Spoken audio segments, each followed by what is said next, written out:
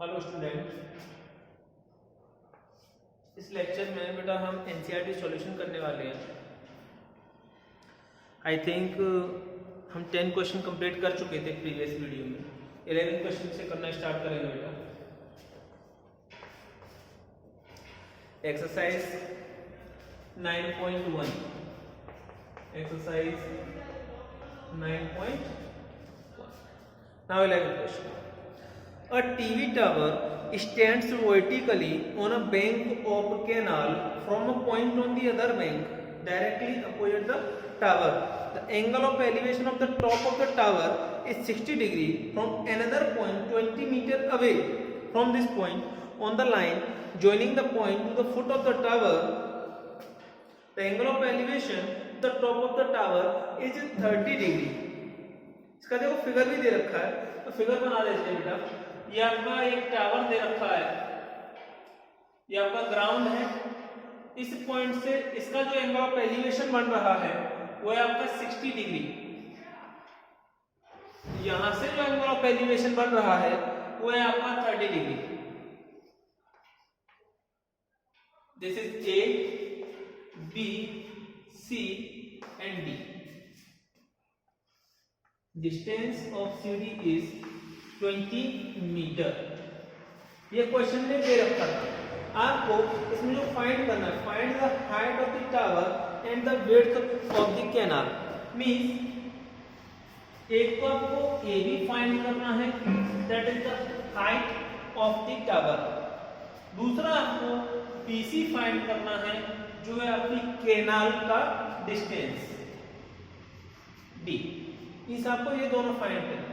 देखो बेटा, मैंने आपको पहले ही बताया था कि एप्लीकेशन ऑफ ट्रिग्नोमेट्री में सिर्फ क्वेश्चन आपका क्या यूज होने वाला है, ट्रिग्नोमेट्रिक फंक्शंस। ट्रिग्नोमेट्रिक फंक्शंस कौन कौन से हैं बेटा हमारे?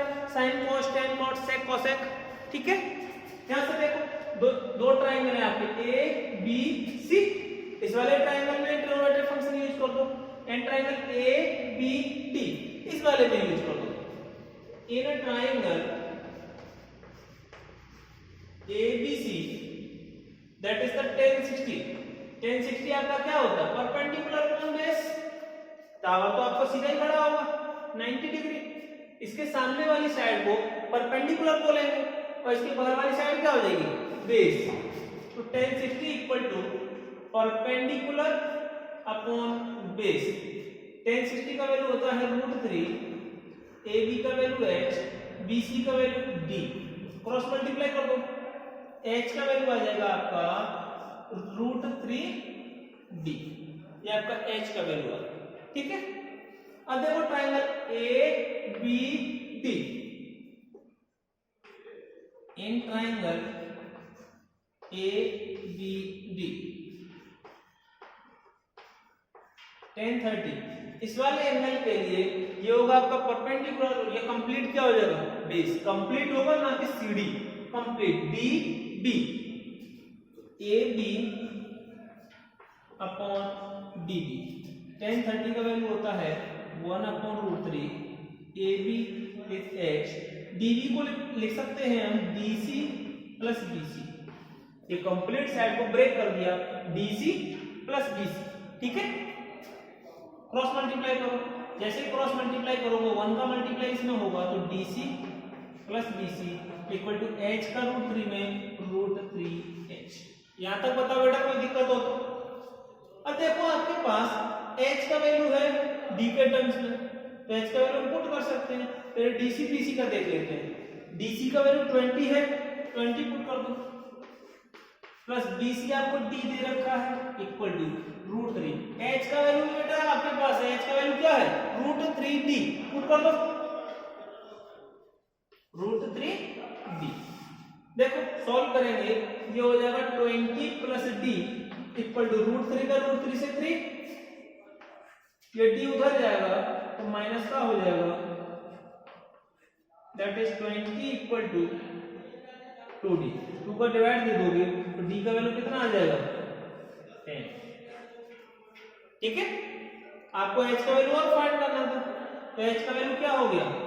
√3d। d का वैल्यू पुट कर दो, √3 into 10, दैट इज 10√3। ये हो गया आपका हाइट ऑफ द टावर, ये हो गया ब्रेड्थ ऑफ कैप। ठीक है बेटा, नोट करो फटाफट से, pause the video and note it down.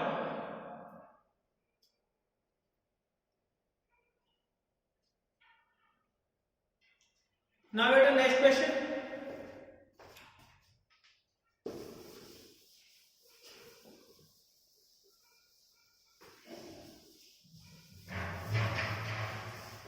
Next question देखो, नेक्स्ट क्वेश्चन क्या बोल रहा है, from the top of a 7 metre high building, from the top of a 7 metre high building the angle of elevation of the top of the cable tower is 60 degree. Means कोई 7 metre एक ऊंची building थी, इससे angle of elevation कोई सी tower का बनता है, इसके टॉप से जब देखते हैं तो इसका जो एंगल ऑफ एलिवेशन दे रखा है 60 डिग्री। ये कितना एंगल ऑफ एलिवेशन बन रहा है, 60 डिग्री।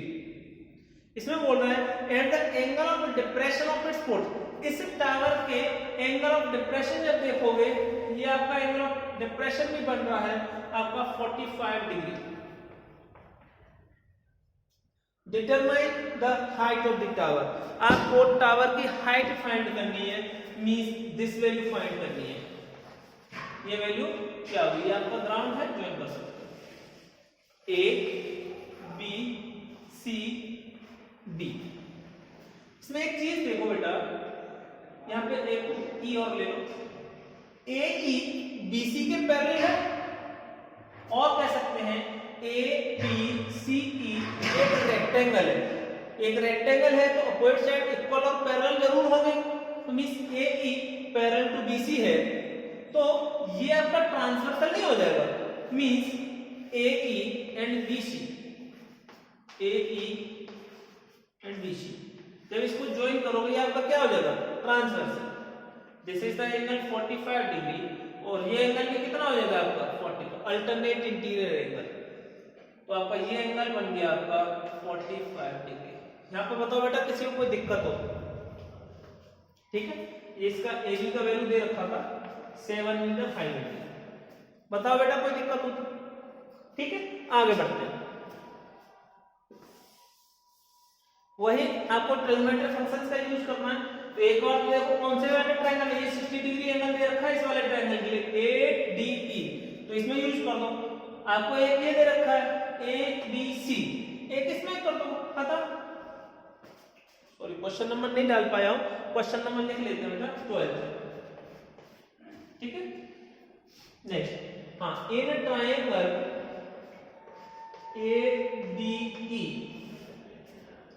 तो 10 60 लगाओगे, 10 60 लगाया तो क्या हो जाएगा, perpendicular upon base, that is perpendicular is D E, base is A,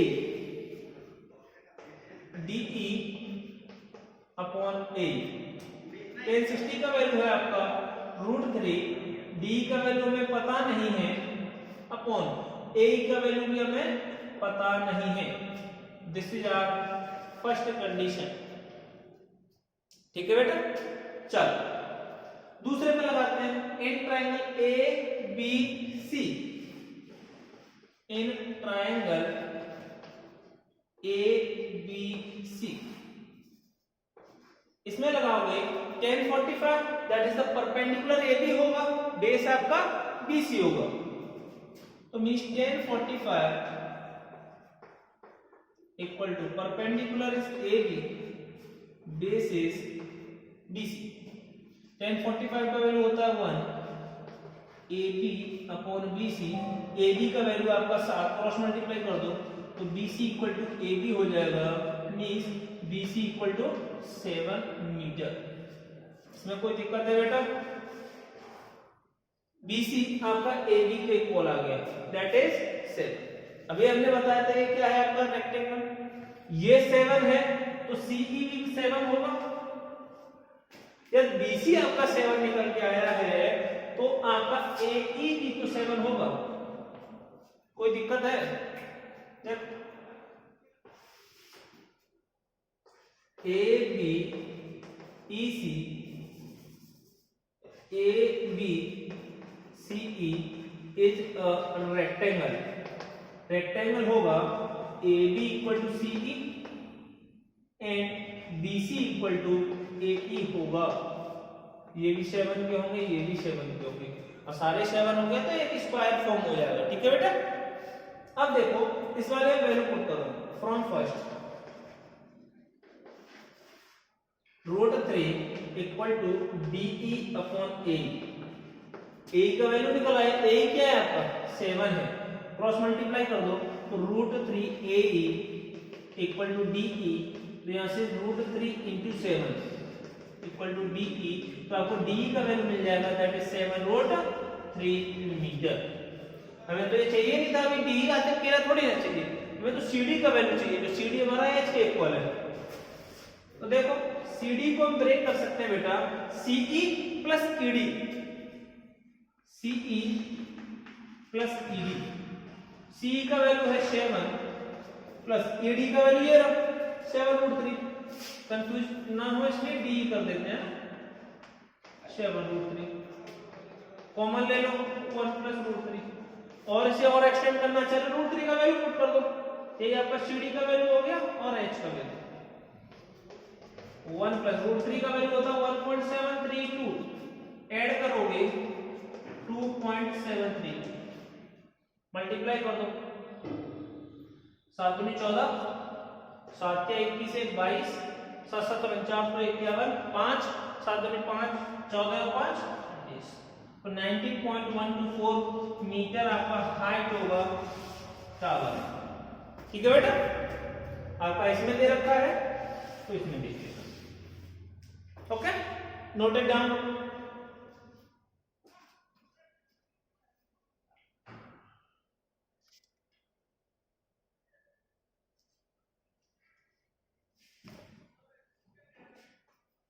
next question बेटा,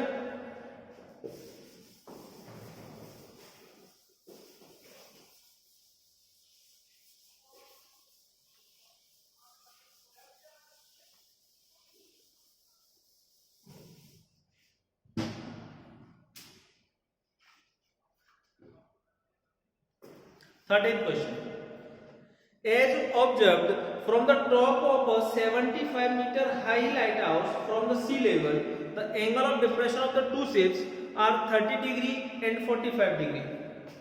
कोई एक लाइट हाउस है जिसकी ऊंचाई दे रखी है 75 मीटर। ठीक है, ये हमारा समुद्र है। The angle of depression of, कोई दो जहाज आ रहे हैं, उनका एंगल ऑफ डिप्रेशन दे रखा है, एक यहाँ पे है एक यहाँ पे है, इसको देखा जाता है तो ये आपका 30 डिग्री है,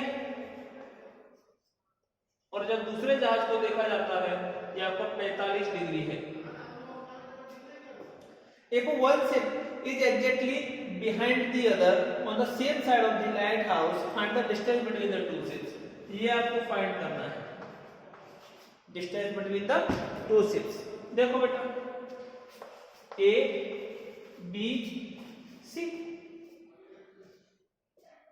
लाइट हाउस आपका सीधा लगा होगा, इसके ऊपर से देख रहे हैं। एक ट्रायंगल ले लो A B C capital D, ध्यान रखना ये स्मॉल d है, ये कैपिटल D है, कंफ्यूज ना हो, चलो P ले लेते हैं इसे। ठीक है, in triangle A B P आपको ये यदि फाइंड करना हो इसमें, या इसका वैल्यू निकालना हो, तो इसमें देखो क्या लगा हुआ है, इसके लिए ये चाहिए और ये गिवन है, इसके लिए परपेंडिकुलर, इसके लिए बेस। किसमें आता है 10 में।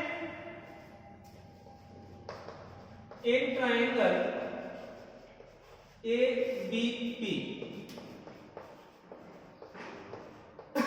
1030 equal to perpendicular is BP upon base is AB। 1030 का वैल्यू होता है बेटा 1/√3, BP का वैल्यू हमें पता नहीं है, लेकिन AB का वैल्यू पता है 75, तो BB का वैल्यू हो जाएगा क्रॉस मल्टीप्लाई करके 75/√3 मीटर, क्रॉस मल्टीप्लाई हो गया। ठीक है बेटा, अब दूसरा ट्रायंगल लेंगे। दूसरा ट्रायंगल है हमारा ABC, इसमें भी यूज कर दो जरा। इन ट्राइंगल ABC 1045 1045 के लिए इसके लिए परपेंडिकुलर कंप्लीट होगा BC, ना कि PC, पूरा कंप्लीट होगा BC, क्योंकि ABC में पूरा साइड आ रहा है। तो BC अपॉन बेस, बेस तो सेम रहने वाला है। 1045 का वैल्यू होता है 1, BC AB का वैल्यू है हमारा 75, तो BC का वैल्यू आ गया 75 मीटर। लेकिन आपको तो PC का वैल्यू चाहिए, तो बेटा BC को हम ब्रेक कर सकते हैं BP प्लस PC। देखो BC का वैल्यू है आपका 75, तो BC को हमने ब्रेक कर दिया, BP plus PC equal to 75। BP का वैल्यू हमें पता है, निकाल चुके हैं 75 पर रूट 3 प्लस PC का वैल्यू है D, मान चुके हैं स्मॉल d इक्वल टू 75। इसको इधर ले जाओ तो D इक्वल टू हो जाएगा 75, एलसीएम ले लो, रूट 3 आ गया, 1 का डिवाइड दो रूट 3 रूट 3 टाइम रूट 3 का 75 में मल्टीप्लाई करोगे 75 रूट 3 का रूट 3 में 1 टाइम तो 75 हो जाएगा। इसका रेशियो एक्सेप्ट कर दो, रूट 3 अपॉन रूट 3, इसका मल्टीप्लाई करोगे तो 75 इंटू 3 माइनस का 75 रूट 3 अपॉन रूट 3 का रूट 3 से 3 हो गया, ऊपर से 75 आपका कॉमन आ रहा है,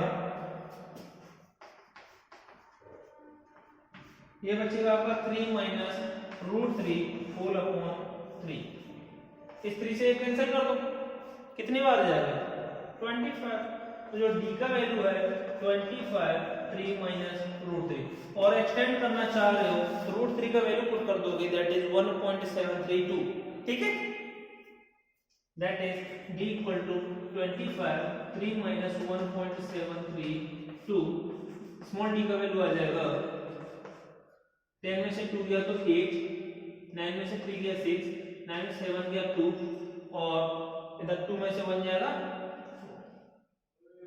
मल्टीप्लाई कर दो, 25 से 200, 20 बचा, 25 का 150, 70, 17 बचा, 25 दूनी 50, 67, 6 बचा, 25 एक 25 अच्छा 31, ये हो गया आपका 31.70 मीटर।